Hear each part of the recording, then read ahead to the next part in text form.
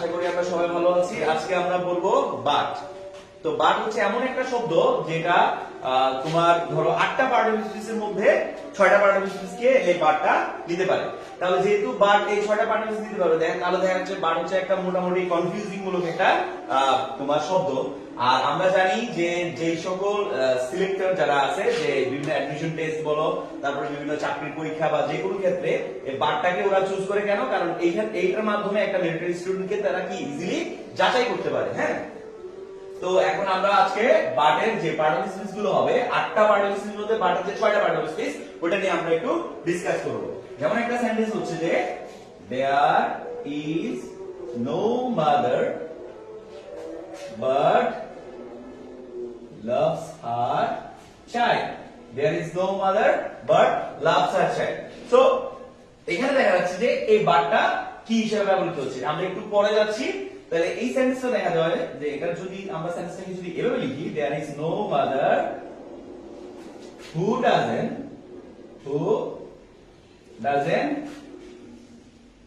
love her child.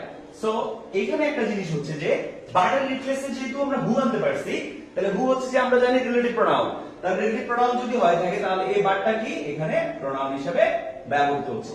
তো আরেকটা জিনিস মজার ব্যাপার হচ্ছে যে আমরা নরমালি যে স্ট্রাকচার অনুযায়ী বাট হচ্ছে যে একটা কম্পাউন্ড সেন্টেন্স, বাট এই সেন্টেন্সে দেখা যাচ্ছে যে দেয়ার ইজ নো মাদার, যেহেতু এই সেন্টেন্সটা বা এই সেন্টেন্সটাতে হু আসছে, সুতরাং এই হু হচ্ছে যে একটা কনজাংশন, আর এখানে রিলেটিভ প্রোনাউন, তাহলে এই দুটো সেন্টেন্স মিলে একটা কমপ্লেক্স সেন্টেন্স হচ্ছে। তার মানে এই সেন্টেন্সটা একটা কমপ্লেক্স সেন্টেন্স, কম্পাউন্ড সেন্টেন্স নয়।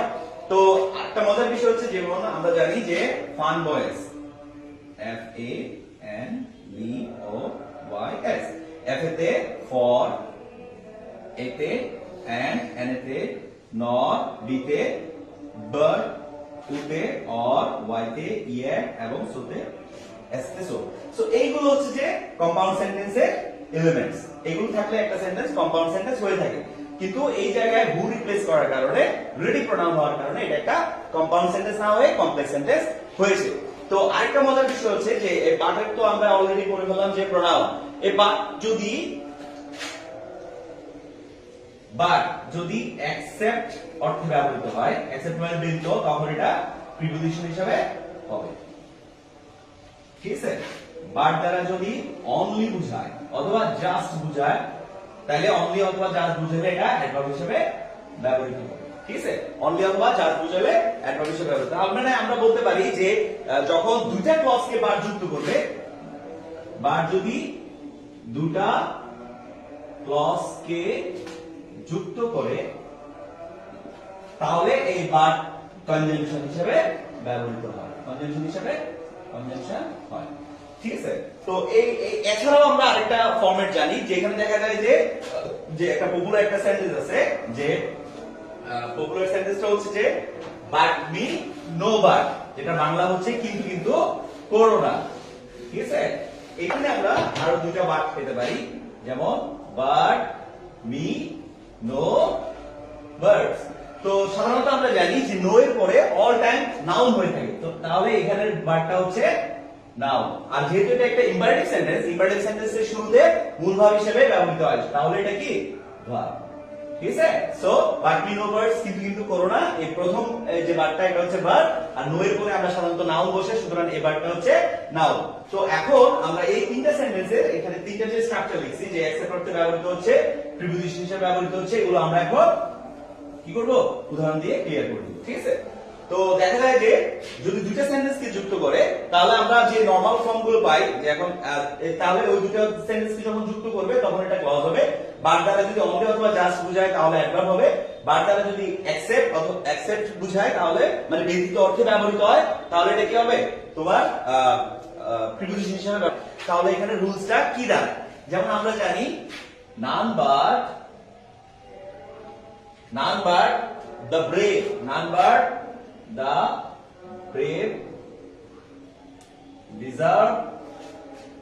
deserve fair, none but the brave deserve the fair।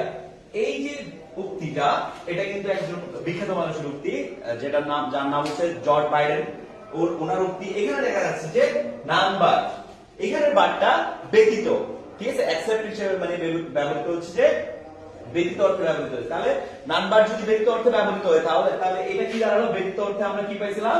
যে ব্যতীত অর্থে আমরা পাইছিলাম প্রিপোজিশন। তাহলে এখানে বারটা হচ্ছে প্রিপোজিশন। ওকে, তাহলে এখানে দেখা যাচ্ছে যে বার দ্বারা যদি অনলি অথবা জাস্ট হিসেবে ব্যবহৃত হয় তখন এটা অ্যাডভার্ব হিসেবে ব্যবহৃত হয়। যেমন আমরা বলতে পারি যে অ্যাডভার্ব হিসেবে আমরা কিভাবে তোমার এই বারটাকে ইউজ করব। ইট is but right two, it is but right two admit our fault. It is but right to admit our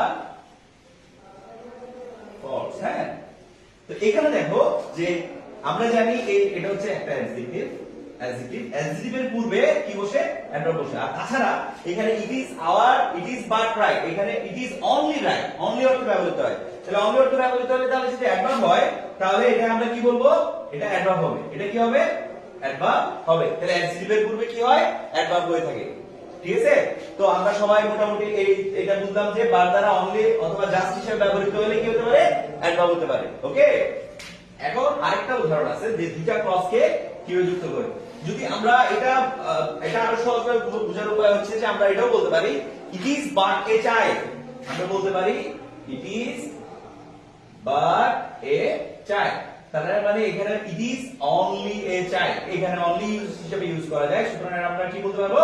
adverb বলতে পারবো। ঠিক আছে, সো এই ফর্মটা গেল। এবার হচ্ছে যে বার দ্বারা যদি দুইটা কনজাংশনকে যুক্ত করে তাহলে কি দাঁড়ায়? বার দ্বারা যদি দুটো কনজাংশনকে যুক্ত করে উই, যেমন আমরা বলতে পারি we try hard but didn't pass. Okay, তাহলে এখানে বাট দ্বারা দুটো সেন্টেন্সকে যুক্ত করছে। এটা একটা ক্লজ, এটা একটা ক্লজ। তাহলে এটা একটা ক্লজ আর এটা একটা ক্লজ। আমরা জানি ক্লজ কি? আগে ক্লাসে পড়েছিলাম যে ক্লজ হচ্ছে যে যেই সেন্টেন্সের মধ্যে একটা করে ফাইনাইট ভার্ব থাকবে। তাহলে মানে ফাইনাইট ভার্ব যুক্ত যে সেন্টেন্স হবে সেটা হচ্ছে ক্লজ। তাহলে এটা একটা ফাইনাইট ভার্ব, এটা একটা ফাইনাইট ভার্ব। আর আমরা জানি ফাইনাইট ভার্ব কি? ফাইনাইট ভার্ব হচ্ছে যে নন ফাইনাইট ছাড়া, যেমন জিরান ইনফিনিটিভ পার্টিসিপল ছাড়া, ঠিক আছে, জিরান ইনফিনিটিভ পার্টিসিপল এই তিনটা ছাড়া, জিআইবি ছাড়া বাকি সবগুলো কি তোমার ফাইনাইট ভার্ব। তাহলে এখানে দেখা যাচ্ছে এটা একটা ফাইনাইট ভার্ব, এটা দুটো ফাইনাইট ভার্ব এবং দুটো ক্লজ বার দ্বারা যুক্ত হয়েছে। ইটস এ তোমার কনজাংশন হিসেবে ব্যবহৃত হবে। হ্যাঁ, তো এতক্ষণ আমরা 8টা পার্টিসিপল স্পিচ এর মধ্যে 6টা পার্টিসিপল বাক্যে কনভার্ট করলাম। প্রথম কনভার্ট করলাম যে বাট হচ্ছে তোমার প্রোনাউন হিসেবে ব্যবহৃত হচ্ছে। যেমন ওই সেন্টেন্সে ছিল there is no mother but loves her child. ওই সেন্টেন্সে আরেকটা বললাম নো,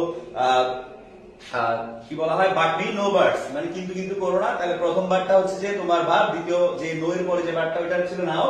এরপরটা বললাম যে অনলি দ্বারা অনলি অথবা জাস্ট অর্থে যদি কি বার ব্যবহৃত হয় তাহলে এটা অ্যাডভার্ব হিসেবে ব্যবহৃত হয়।